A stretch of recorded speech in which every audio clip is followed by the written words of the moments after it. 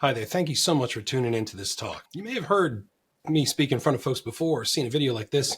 One thing I always like to say is that time is the most valuable thing you could ever share with someone, and I appreciate you sharing some of it with me.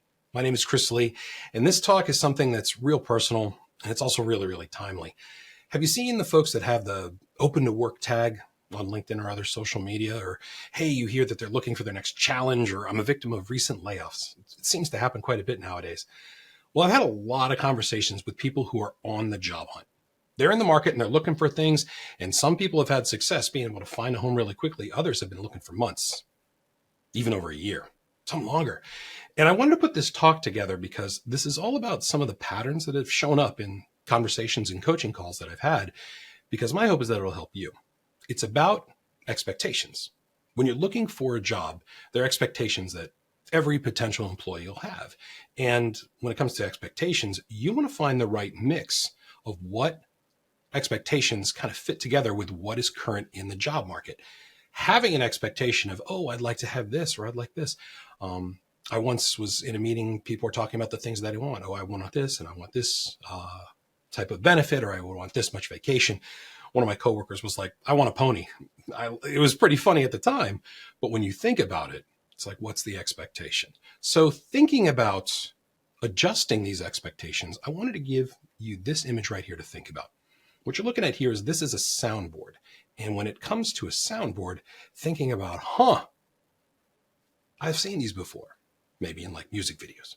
You'll see these in recording studios, and all those sliders that you see there, these are called faders. What these faders do is that they can adjust the level of a certain channel. So if you're recording like a rock band or something, you might have a set of faders for the drums and individual faders for the different parts. Like here's the snare drum, here's the hi-hat. And the reason I wanted you to think about this is that this is the concept that I want to use to share these different expectations. I want to treat these expectations as individual faders. And when it comes to these faders, there are groups of them that I'm going to be sharing with you. These groups of expectations are things that you can think about. And I won't be saying you need to change it to here and change it to here, and here's the right mix, because really that's what you're going for. You have to think about your own expectations and create the right mix of your personal expectations of what is current in your industry and your desires in the job market. So when it comes to the different groups of faders, I want to kind of categorize them in a couple different buckets, if you will. One of them is around your schedule, when you're available. Another is about the environment that you work in, the career opportunities that you have, the core responsibilities, those job functions that you see in all those resumes. Here's job posting. But also, this is something that a lot of people have to think about: financial compensation. We're going to explore each of those in detail, but I'm going to give you a few key areas for each of the groups. I'm going to give you some examples of the faders in each category. These are the expectations that you can adjust. You turn the volume up, turn the volume down. And finding that combination will work, because when you change one fader, hey, give me a few more of the background vocals, it might dry it out. Another part of the music. Hey, give me a whole lot of bass drum. Oh, it drowns out some of this other part. You want to think about, how can I adjust things to not negatively impact other groups? And I also want to share some potential adjustments that you can make to find the right mix. You're trying to find the right mix. Think about those songs that you hear on the radio. It's like, oh, there's too much guitar, too much bass, too much lead vocal. This is, when I listen to music, that's something I pay attention to, the engineering, the mix around it. Well, my hope is this talk gives you some things to reflect on, questions to ask, and what adjustments you can make to those sliders, to those faders, to find the right mix so that you can find a job. So I want to take a look at the first group of faders on that soundboard. And this is around schedule availability. And when it comes to the job hunt, think about how many people you know that have said, you know what, I'm looking for more flexibility. A lot of times, this is the time that you are available to actually work. When are you on the clock moving the needle forward? Well, here are those different schedule availability faders. And I want to give you some things to consider about your expectations. So as you're hearing about these, think about, what would my expectation be? One is the core hours. These are those expected times when you're thought to be available. Are you there, and can you interact with others? Can you do some of the job? I'm on the clock. Here are the core hours. That is an expectation some people have, along with the days that they are providing coverage. This is the frequency or the pattern of the days of work. There's some people who work Monday through Friday. Some people work weekends. I've talked to friends who work in plants where they have work for 2 days, off for 2 days, work for 3 days, off for 2 days. They have a pattern. That's how their industry runs. The hours and the days matter quite a bit. And when you think about when you're available, what fits for you? Think back to those friends and coworkers you have. I need a lot of schedule flexibility. I want to work where I want, when I want. You might have to adjust your expectations about where that fits in the job market, because also the response time to requests. This is something that not everyone thinks about. If someone pings you, I mean, think about those cell phones or laptops we have, little ding. There are sometimes expectations about when you have to answer someone, when you have to turn around that message, when you have to respond to that ticket, when you have to reply to that message.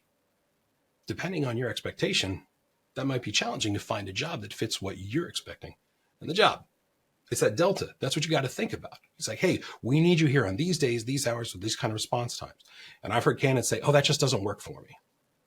That door's now closed. These are just 3 of a whole bunch of different faders on the soundboard.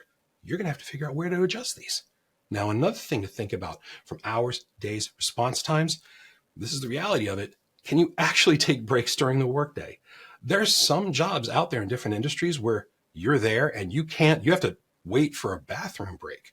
Or, hey, I had jobs like this when I was younger. It's like, I'm on break. I'm not in front of the customer, or I don't have to be at my terminal. I'm on break. What are the norms around when you can actually step away from things?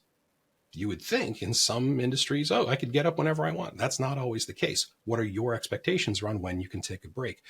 And along with that, when can life show up and tap you on the shoulder? Life notice. Have you ever had a knock at the door and you happen to be working from home? Oh, hey, I got to grab that real quick. A family member gets sick and you have to rush to go help somebody out from a caretaking standpoint. One of my students I was talking to once was like, Mom, I need dino nuggets. This happens.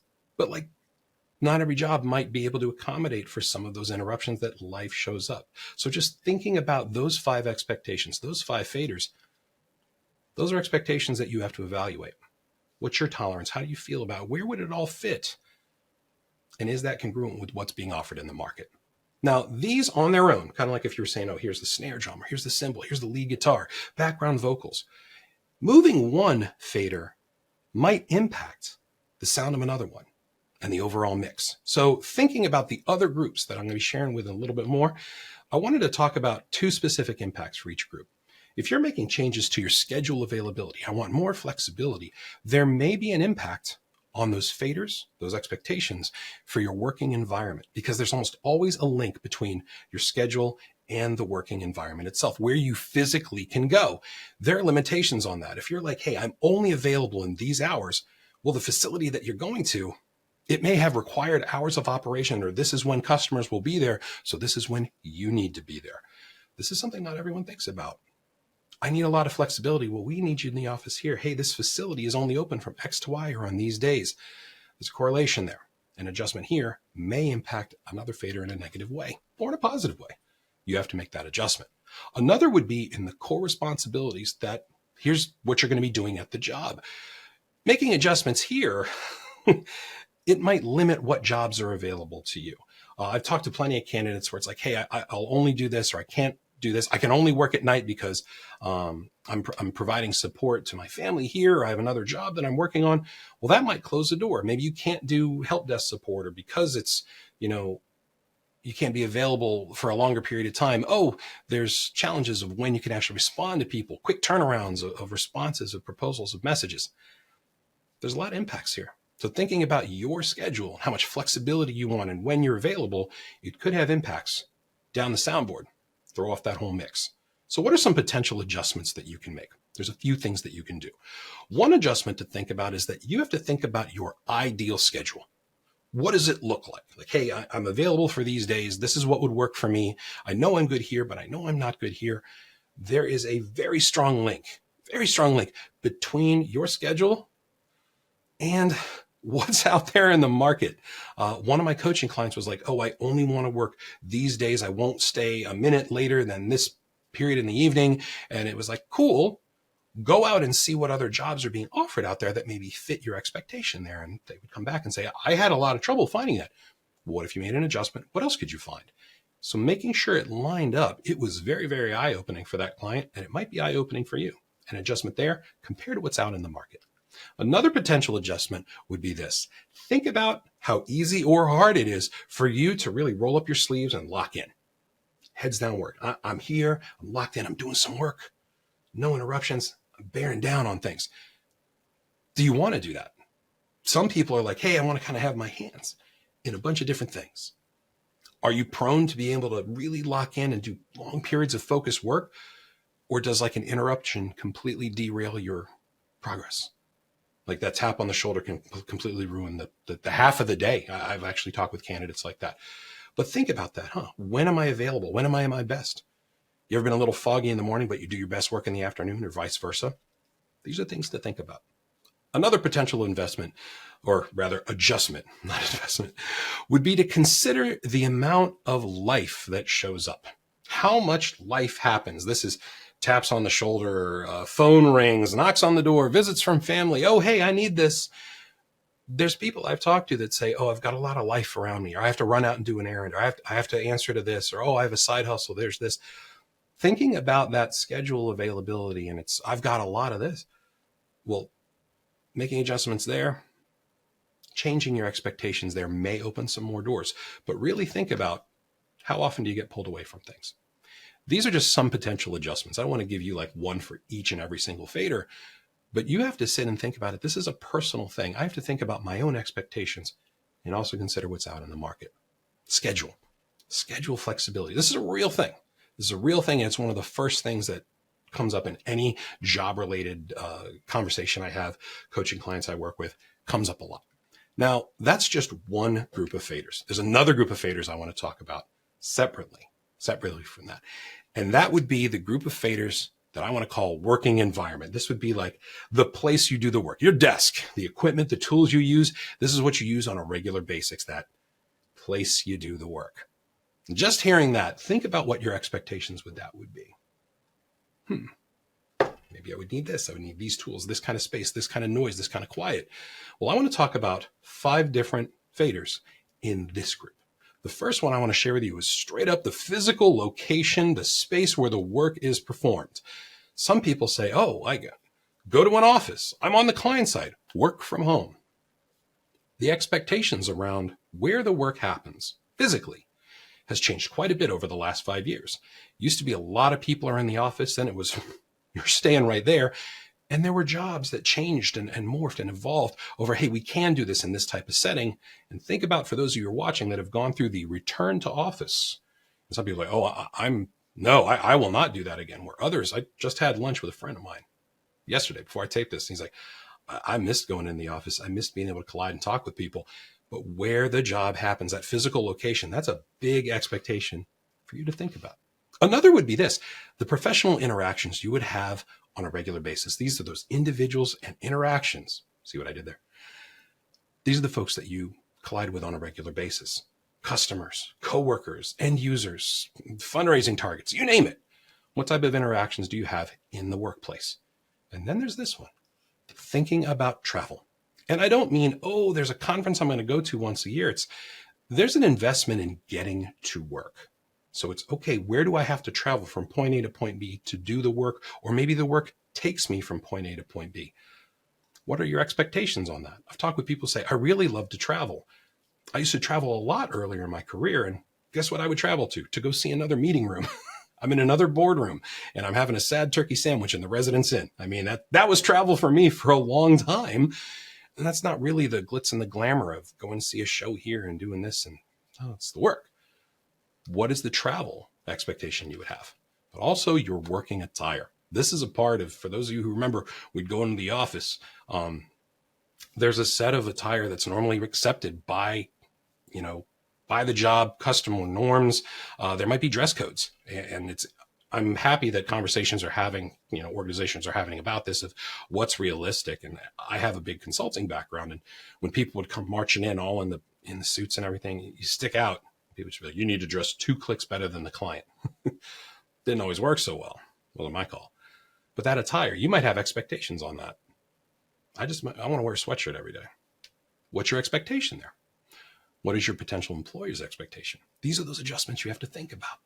what you wear, but also that crucial equipment that you use to do the job. These are the tools, the technology, your desk. What do you need to do the job? How much do you have to go get? What is provided to you? What's the level of what you have? Think of these 5 faders. These are 5 different expectations. And just consider, what would my expectation be? Where is it? Are people calling me, or is this the roadblock that's not letting me find the right mix? Because the mix of all of these, not to mention the other groups, could be what's holding you back. So let's think about the impacts to the other groups. Remember, I showed you 5 big groups.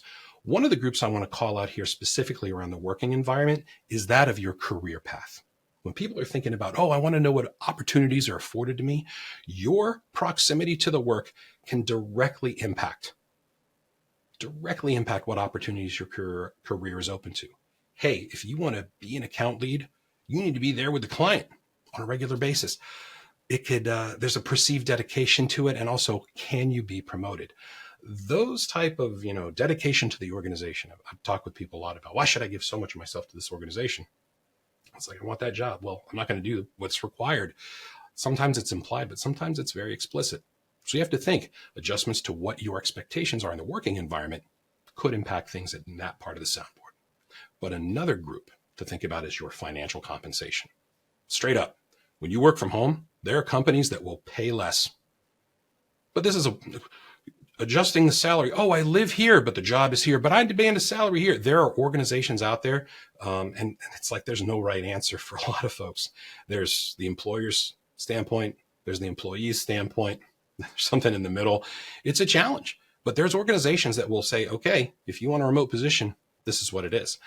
At the same time, there's places that say, hey, we'd like you to go onto this challenging site, or even if it's a comfy office, hey, we're going to give you some benefits for travel, but also maybe you're working from home. There's a reimbursement benefit, to buy the cameras and the microphones and the lights.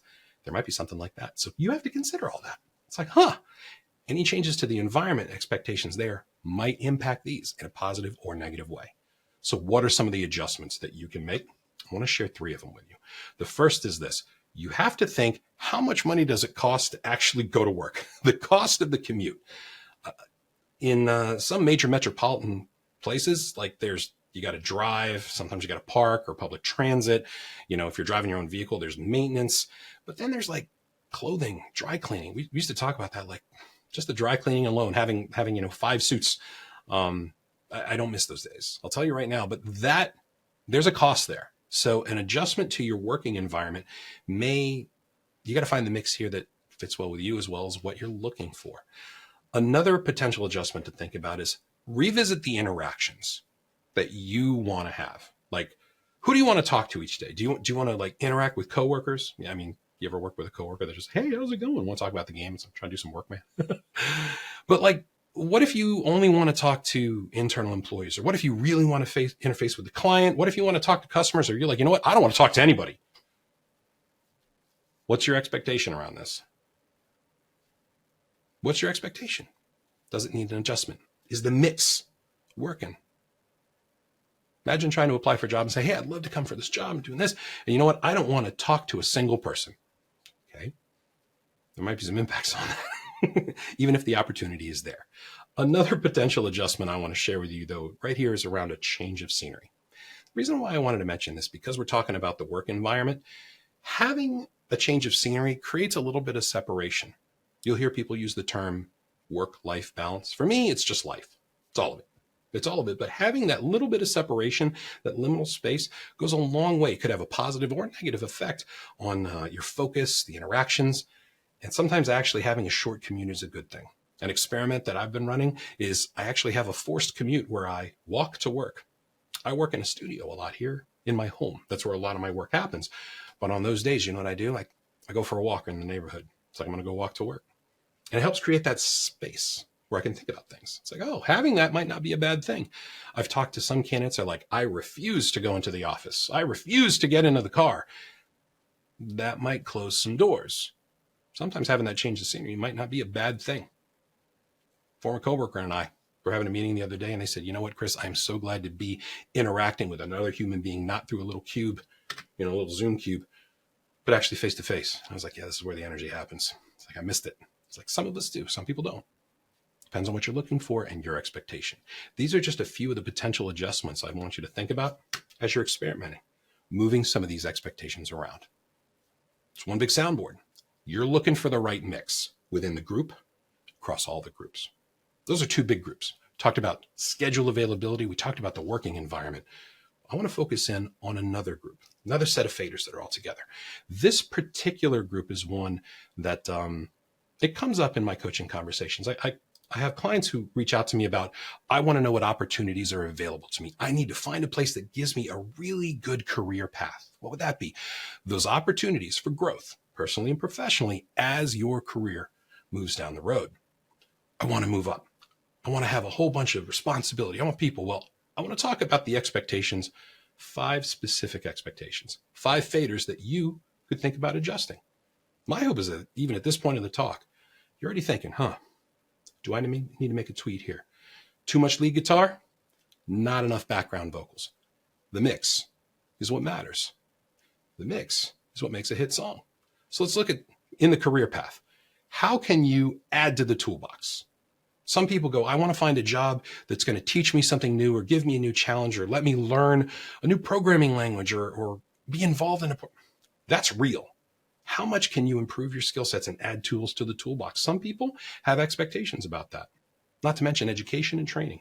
You got to think about where that expectation would be. And also there's expectations around how can you develop other people? These are those opportunities to lead people, lead teams, lead departments, lead the whole organization. What's your expectation around that? I want to have at least X number of reports. That's actually how a conversation started with one candidate once. I was like, tell me more about that. And it's really an interesting conversation. I don't want to share the details of it, but those expectations might not be in line with what the organization has in store for you or the position that's being offered. Another expectation to think about, a fader to adjust, is imagine those conversations around how the business is run from an operations standpoint, as well as the business that's being developed from a sales standpoint, how to improve the business, how to grow the business. Being in those conversations, some people have some expectations around that. I don't want any of that versus like, oh, that's the room I want to be in the room where it happened. Some people really like that. And that's okay. I mean, there's tons of positions all over for all components of businesses.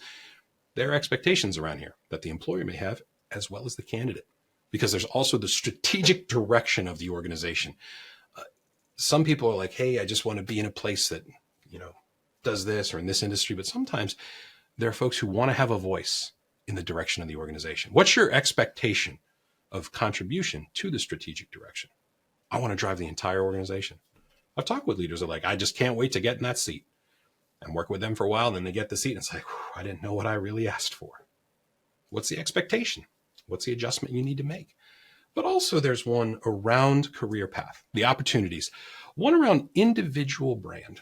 When I mention that, these are those opportunities and support for the folks who want to create content, do speaking engagements, volunteer and interact, and work for conferences, events like these. All of that, there's an expectation around that for you, as well as your potential employee or employer rather. What's the mix of these that fit? Where is your expectation right now? Where should it be? Where could you adjust it to make that mix that feels just right? Well, there's impacts. As you adjust these faders on career path, there's 2 other groups I want to call out. Specifically, the first one is around your schedule, the scheduled availability. There's people say, I want to be in a leadership role. I want to manage, fill in the blank. Well, being in a management capacity a lot of times means you need to be available as a leader. You can't just manage over email. You can't be a leader over Slack. Sometimes you got to pick up the phone. Sometimes you got to go see people. So thinking about when you're available, if you're only available from 8 p.m. to 4 a.m., it might be challenging to be a leader. Something to think about. There's an impact there. When are you available? When are the rest of the folks that you want to interact with and be that leadership in that leadership capacity for? So you got to think about those impacts. You also should think about this, straight up financial compensation. From a career path standpoint, they may actually have restrictions. Like we call them pay bands. You'll hear pay grades, different codes based on your organizational level or like the level of experience in particular skills or technology, or even seniority, how long you've been with the organization. That's the reality of it. And so your adjustments on career path of, I want to do this, there's normally a acceptable range that kind of goes with the job. Things to think about. An adjustment here could have an impact on this part of the soundboard, on this part of the mix. So what are some potential adjustments that you can make in this part of the soundboard? First and foremost, when it comes back to that idea of being a part of the strategic conversations, strategic decision-making is not for everyone. And you have to evaluate your comfort level with that. Like, it's one thing to make a decision, like this is what we're going to do, but imagine having to justify it. Imagine having to stand by your decision regardless of the outcome and explain your decision-making and not get defensive to stakeholders or other employees or other leaders. That's a challenging thing for some of the candidates I talk to. What's your appetite here? What's the adjustment that you want to make about, do you really want to be in the room where it happens? What's the adjustment? You can adjust it wherever it is. Everyone has a different kind of threshold. More lead vocals, less lead vocals. Another potential adjustment to make here is that the idea of being a thought leader, you may encounter people who do that. Oh, I'm a thought leader. It may sound really good on the surface. Like, oh, it seems great. We want to hire you be a part of a thought leader. But there might be some very implied or explicit expectations about sharing your company's message, being out there in the public to bring in business, even lead and sales targets. I've worked with organizations like this where it's like, oh, we'll support you in going out to this conference, whatever. You need to come home with X number of badge scans, X number of highly qualified leads, and close at least this amount of business out of this conversation, or I'm not signing that expense report. Imagine that. These are expectations you have to think about moving. Maybe it's higher, maybe it's lower. Does it work with the others? That's a big thing to consider. Last little potential adjustment I want to share with you with regards to this particular group, this group of faders around career path, is that if you're really interested in developing others, and from like my work in the L&D communities, folks in education and training, that's fun. It's great. I love seeing other people become something more than what they thought was possible, but that takes a lot of time. Think about how much of your calendar is taken up actually developing other people. What does the meeting schedule look like week to week? And it's like, this is my expectation. I don't want to be in meetings all day. Well, there's a lot of meetings and interactions in that. And also, what does success look like for each of those people that you're working with? Oh, I help others. Oh, I develop others. It's like, okay, but what does success look like for them? How long will that relationship be? You might have to adjust your expectations around these, because if you adjust them here, find that right mix, it might open a door for you. Some interesting thoughts, that's my hope at least. We've looked at three different groups of faders. This next group I want to share with you, though, gets a little bit to the brass tacks. That's what one of my friends like. Let's get to brass tacks. Tell me about that. This is around the core responsibilities. When I say core responsibilities, these are those obligations, the tasks. What is it that you produce that the position calls for? A lot of times you'll see like a bullet list of there's this, there's this, there's this, there's this, there's what we're looking at. But zooming out a little bit of this idea of core responsibilities, here are the 5 faders, the 5 expectations I'd like you to think about, thinking about what your expectations are now, what adjustment maybe you'd want to make. The first would be the skills that are actually utilized on the job. These are those abilities, the knowledge that you have. The position requires that you can do this thing. This is where you'll see in job descriptions 5 years of programming experience in this language, or like 10 years managing projects of this.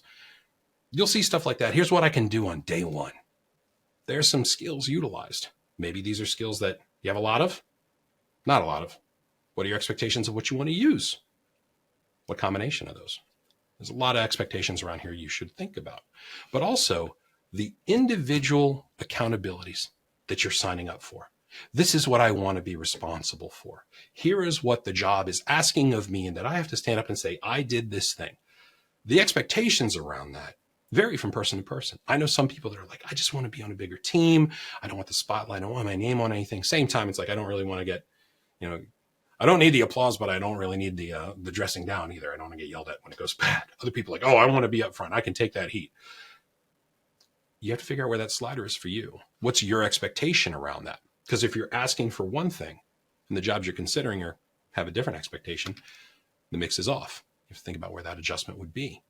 But also, Separate from those accountabilities, what you're signing up for, the actual explicit authority that you have, the decisions and the justifications along with that come with the job. There are people that want a job, and I've had, it's a quote, but I wish it wasn't. Someone was sharing me, oh, I want this one particular leadership role. You'll hear people talk about the term agile coach. Some of you may be like, oh yeah, I know some people like that. It's like, what? Tell me about what? Oh, I really want to help people in this. And it's kind of like high level. And then after some long conversations, like, really, like, what are we getting to? It's like, really, I need to be able to make a decision about how that particular meeting is facilitated. And I want to pick the day that the sprint starts. It's like, okay, you want the call. Some people have expectations around that. Where's yours? It doesn't need an adjustment. Think about that. You got to think about what you're okay with and what maybe needs an adjustment. These are things from a responsibility standpoint, the skills you use, what you're signing up for, what you own, but also those relationships of the people that you are interacting with and the organizations that you're serving. Are you there interacting with customers like directly? Are you working with an internal group of stakeholders? Is there a lot of account management? Are you interacting with people in more of a back office capacity where, hey, we're all back here at corporate and we're working on these and these particular training programs around compliance and this. But what are those interactions? What are those collisions? What are those relationships that you want to be involved in? I had one person who was like, I never want to talk to customers. I never want to talk to customers. I have a lot of ties to the automotive industry, and there are service technicians I know. One dear friend of mine, in fact, used to run his own organization, had a lot of bays, a lot of cars, family business, 40-something years in business. And now he is working just in the back. He had sold his business and he's kind of in semi-retirement. He's like, I need to stay busy. And he's like, nope, I don't interface with this. I don't worry about this. I just bear down. I diagnose problems. I have less things to think about. These are the kind of interactions that I want on a day-to-day basis. I just want to like yell at the car and get it fixed. I say, I understand that. You have to think about that. Where's the slider? What do you need to adjust? With that, though, also, you got to think about what is it you say you do here. You may have heard that before. The actual work products, the tangible result of doing the job. What are your expectations around that? Product development, do you actually want to put the product on the shelf?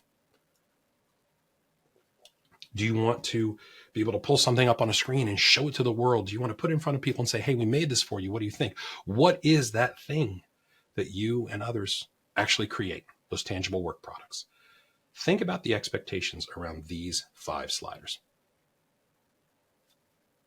Where would they be? Where are they right now? And is that the right mix? Is the current mix something that might be preventing you from finding a new opportunity? Maybe you want more authority. Maybe you don't want to use some particular skills. The more restrictive the expectations are, the less opportunity you'll have, the less job positions you'd be a fit for. So when you're making adjustments here, there are other impacted groups. Like, it's a big soundboard. It's one big song, but there's a lot of different tracks we've got to adjust. The 2 that I want to mention here, first I want to call out is your working environment. If you're thinking about your core responsibilities, there's actually some links to the working environment because some jobs require a high level of interaction with other people right there and in person sometimes, or actual equipment. Like if the job is to physically change batteries, keyboards, monitors, and all that, it's kind of hard to do that if you're not there. If you're there handing people product or food, like how are you doing that from your dining room? Like there's, I want to do this. You might need to go somewhere to do the thing. So thinking about an impact from your responsibilities probably impacts your environment as well. But same with your career path. This is one not everybody always consider. There's a lot of organizations out there that require that you do the work. And when it's implied and not explicit, that's a challenging thing. So I would encourage all of you who are on the job hunt, ask questions, be curious. It's okay to learn. Hey, I'm just curious, is there this, or do you have any of this? Is there any expectations around this? Because that's real.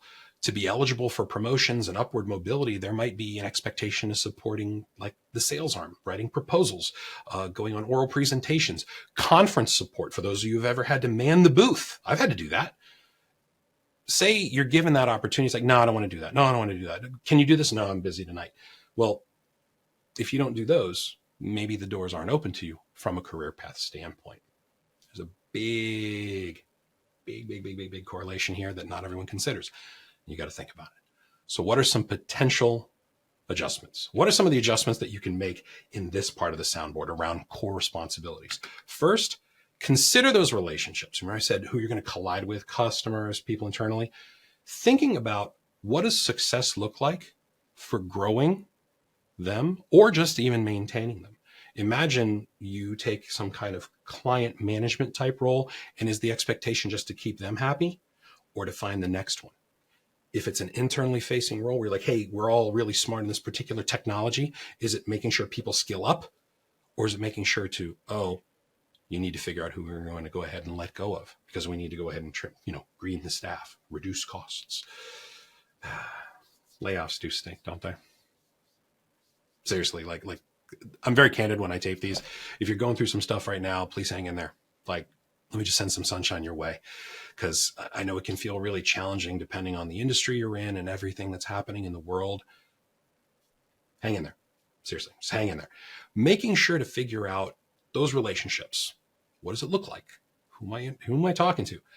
Consider what you're responsible for and what success looks like. Another potential adjustment here is the one around where you fit in the organization, anywhere along that spectrum of being what's been called before an individual contributor versus those management or leadership roles. That's some type of capacity there. I have close and personal friends that are like, look, I need a job. They adjusted their expectations and they're like, look, I just took an individual contributor role. And then as they're on their team, they're making things happen. And it's like, wow, you know a lot. It's like, yeah, I know. Why aren't you in a leadership role here? Because I needed to keep the lights on. I needed a job. Time was real. It was like, I need to pay my bills, so I need a job. This is a job I could do, so I took this job. If there's an opportunity, cool. I'd love to be considered for it, but I need to eat. It's real. This is something to think about, especially if you're used to being in one position and might have to change to another. Imagine if you've never been in a leadership role and now you're being asked to, or vice versa. That's a potential adjustment to think about. The last adjustment to think about would be about kind of how you would communicate to someone. Imagine like you're having dinner with that friend who is not near your industry, has no contacts at all. Imagine if you could describe what you produce to somebody else, where it's like, hey, this is what I make, this is what I do. And I don't know many people that I interact with on a regular basis would be like, you know what? I want to send meeting invites. That's what I wanted. That's what I do. It's like, really? I make paper. I mean, that's the reality of it. Some people are saying I've talked to them and they said, my expectations, I'd really like to be a part of an overall system that's doing this process heavy stuff. And when I say making paper, it's like, do you want to make products? You want to make paper. That's what I like to say to my clients. Some really prefer to make paper. That's okay. Imagine going to dinner and saying, oh yeah, I basically write a lot of paper. That's what I create. What does that say about the job? And is that the expectation that you have? Think about that. Think about those work products and think about your relationship to them and what you could show somebody and say, hey, we made this for you. I made this. What do you think? Some potential adjustments there. Some potential adjustments. That's what it's all about. These are expectations. And depending on the expectation that you have for any of these, it might not line up with the other expectations, and that mix is just off. So I'd like to share another group. There's another group of faders, and you're probably surprised you haven't heard about it until right now, and I wanted to save it till right now. This is financial compensation. When I talk about financial compensation, this is benefits, perks, salary. What do you get for doing the job? The expectations around this is almost the first thing a lot of people bring up when they sit and talk with me about this. I like talking about the other stuff because sometimes the mix is way off somewhere else on the soundboard. Everyone always starts here. Me, personally, if I don't love the job, if it doesn't feel like the right fit, I mean, yeah, obviously, change the expectations. You got to do what you got to do. But you may have, I'm thinking right now of somebody I had a conversation with once and they're like, all the money in the world, I would never go do that again. From my experience on that, what was asked of me and the challenge and the interactions, I wouldn't do it again. I just can't do it. That's real. But when you might lose your house, you might have to make an adjustment. So thinking about these faders, the first fader I want to talk about is the salary commitment. This is that monetary reward that you receive for doing the job. Could be salary, could be paid hourly, could be anything. But here's the actual money. That's real. Some people are like, oh, the money doesn't matter.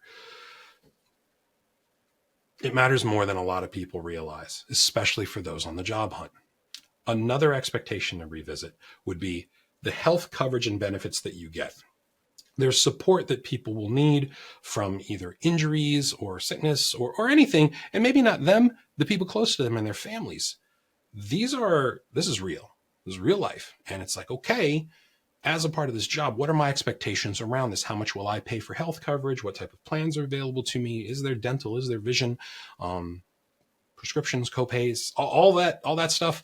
I used to work on benefits programs for a while. Those are real. You have to think about what your expectations are. Maybe you have it covered by, a spouse or a loved one or someone close to you. You have to think about what your expectation is for that. But also vacation days. This is the time away from the job that's actually compensated. And there's a lot of different flavors to this. There's those who accrue it, which is then paid out later if you leave. There's use it if you lose it. There's flex time. There's unlimited vacation. By the way, a little star on that one. It's really interesting when you hear we have unlimited vacation or unlimited sick time. Those are things to keep an eye out for. Ask questions. You ever hear those? Think about what the expectation would be around those. Just in salary, health coverage, vacation. Explicit conversations around this really help to flesh out, is this job for me or not? Some people, it's like, oh, everything lines up. And then suddenly they're like, we're going to pay you 25% of what you were making in your previous position where you were doing less. It's like, okay, it's non-starter. But you got to do what you got to do. You got to think about your expectations here. But also, what type of retirement support and vehicles are made available to you? Some jobs offer this, some don't. But what investment accounts like 401ks, contributions, matching, some organizations offer financial advisors and seminars and stuff, how to support this, equity, all sorts of things. Think about what your expectations around that are. I've talked to earlier career folks I don't need to worry about retirement. I was like, it's like one of the first things to think about from my standpoint. I had high expectations around that, and I always have, but not everyone does. You have to think about what your personal choice is around that particular fader, but also the perks, the extras. These are things of value that are, offered up for a job well done. There's organizations that have really cool things out there, like, oh, we have the company suite at the local sporting arena where you can see basketball games and hockey games and conferences and stuff like that. Or maybe you get the team dinner that's comped by everybody, or little extras like that. Company car. Here's the company credit card. You have an expense account where you up to a certain amount, you don't even have to send the receipts in. There's jobs like that out there that offer that. But it comes with the territory, depending on the responsibilities, leadership, all that. Think about your expectations around that, though. I'll only take a job if you have a suite downtown and I get to go to every hockey game. Maybe that's your expectation. Cool. Doesn't maybe need an adjustment. That's what you have to think about. So what are the impacted areas? Other parts of the soundboard where if you're making changes here on financial compensation, what are some of those other groups? First, I got to call out is around your schedule. The reason I wanted to mention schedule first is that if you limit the number of hours that you are available to work, that can have a specific and direct impact and limit your income. I will only work here to here. Okay. But also some organizations, normal here is 50 plus hours a week. That might be their expectations. So when you're thinking about money, it's like, we're paying you a lot. We're going to work you a lot. You ever remember work hard, play hard? There's a lot that comes with that. And they think it's normal. There's also jobs. I've had conversations with people where they'll offer vacation benefits and like days of vacation and PTO as a trade-off for salary. We can't pay you more, but we'll give you another week of vacation. What's your expectation on that? Because it's, hey, going on vacation is one thing. I got bills to pay. Soundboard's impacted. Change here, change there. Also to your core responsibilities. And with this one, as it relates to the financial compensation, you want to think about, okay, if they're asking me to do this, Am I paid on commission? Number of widgets sold? Are there bonuses that you have to count on, like a monthly or annual? Imagine those organizations where some people get bonuses and some people don't. What are your expectations around that? It's a lot. And there's also something that's real out there. Sometimes there's overtime, hazard pay. When I say that, it's like, hey, there's a job that we're asking you to work off hours or in a challenging or dangerous situation. And hey, we'll pay a premium for that. Like you may have seen, like, when you're scrolling, like, looking at different social media, it's like, oh, hey, these people only work 3 months, but it's in the most dangerous job in the Pacific Ocean and they get paid well, but they're also putting themselves in harm's way. A lot of money, co-responsibilities. There's a correlation there to think about. Change here might be a change here. Hazard pay. It's a good way to remember that. So what are some potential adjustments that you can make? A couple adjustments that you can make is that this first one goes to your lifestyle, either your current lifestyle or your desired lifestyle. This is something that you absolutely have to consider. You have to, because if you're used to something, if you're used to, going out, spending 3 figures on lunch every day, now you got to change it up. I mean, that's a lot of lunch. I wouldn't do that.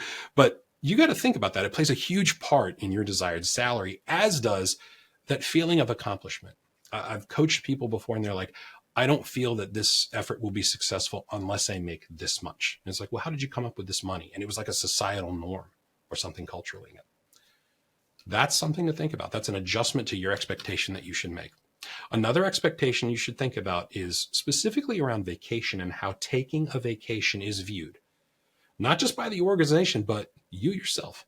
Think about the people you've interacted with and like the people who wear their exhaustion proudly as a badge. It's not one you should proudly wear. Oh, I never take a vacation. You ever met someone like that? What's your expectation around this? What's your expectation around that? Oh, I never take a vacation. It's interesting. Last potential adjustment I want to share for this group is that not a lot of pay for not a lot of work. I mean, a friend of mine's like, that's the dream. That's the dream.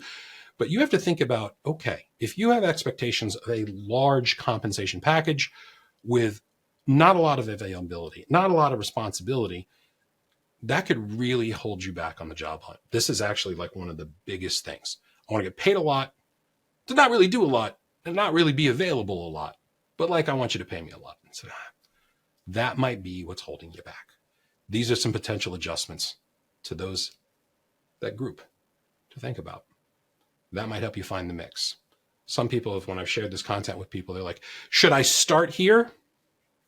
If the rest of it's not good, this could stop it all there. I like considering this stuff toward the end. Now, I shared with you 5 different groups around schedule, around the working environment, career path, responsibilities, financial compensation, but there's one more group I actually want to talk about. And this has to do with you yourself. This is very personal, a personal focus. These are those internal and close to home factors that you absolutely have to consider. You have to consider these because first and foremost, your desired fit. Just because you can do the job doesn't mean you want to or should, but also your existing obligations. Think about those who have caregiving responsibilities that you just can't drop. You might have an expectation around this. What can move? What about support systems? There's people on the job hunt that are like, oh, maybe if I go somewhere else, let's just start up. If you've put down roots, it can be really hard, almost impossible to just start over, move to a new city. Sometimes you might have to. But I also want you to think about this.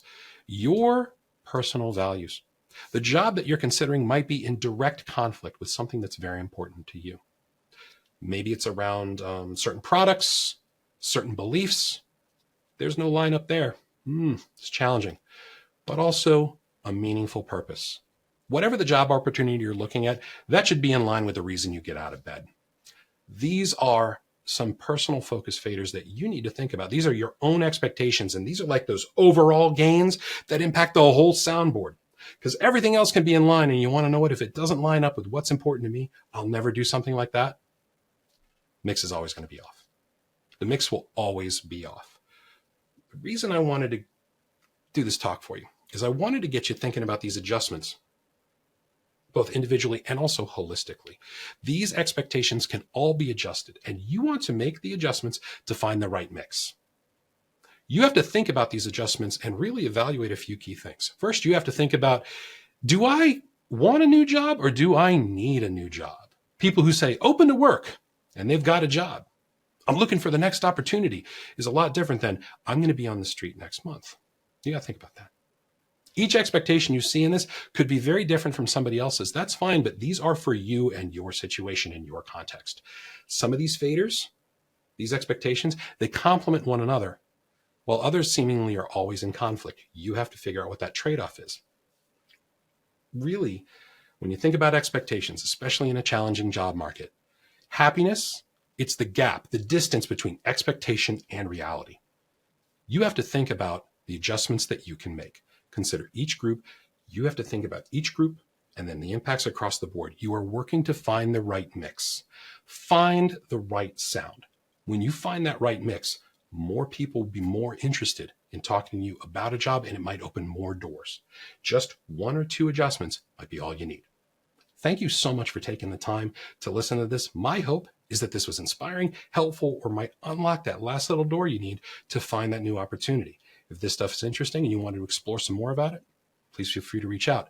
But seriously, thank you so much for taking the time. Let me share this with you. Take care.